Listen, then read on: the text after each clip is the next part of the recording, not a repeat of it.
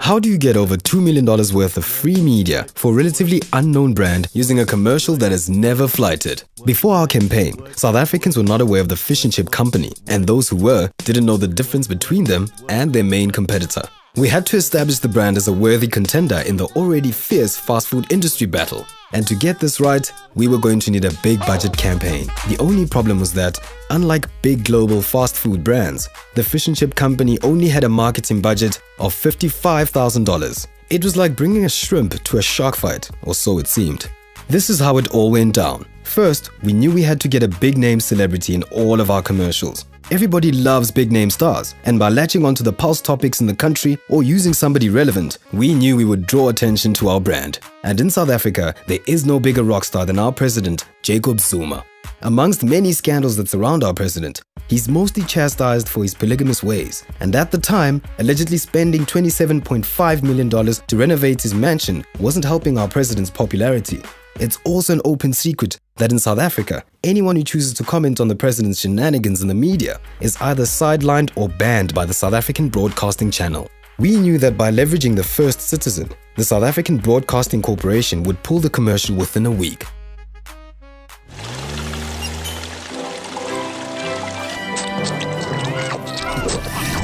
Oh, Zuzulicious, silly fish and chips like a Shabba today.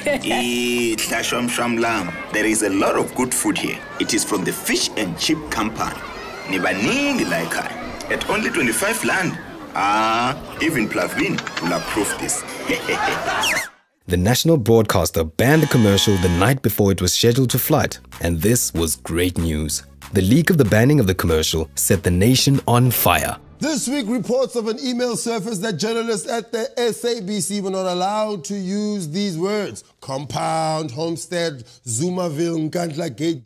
Hundreds and thousands of people on social media spread the story of the banning of the $2.50 meal promotion ad. Within hours, journalists and all major news networks had tracked the only 2 copies available online. They published front-page stories, discussed it on national radio, popular talk shows, and on leading blog sites.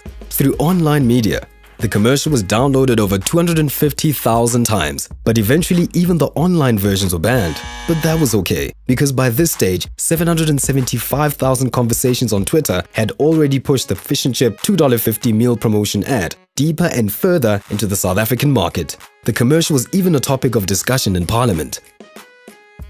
In the end, we got a large piece of delicious deep-fried hake nestled in a large portion of piping hot chips and free lemon wedge to be the lead story on every major primetime news broadcast, talk show, and current affairs program. The campaign was even on the front page of all major newspapers and dinner tables around the country. Our $5,000 commercial returned $2 million worth of free PR in under 10 days. A crazy return on investment of over 30,692%, and we did all this with their first ever television commercial, which has never even flighted.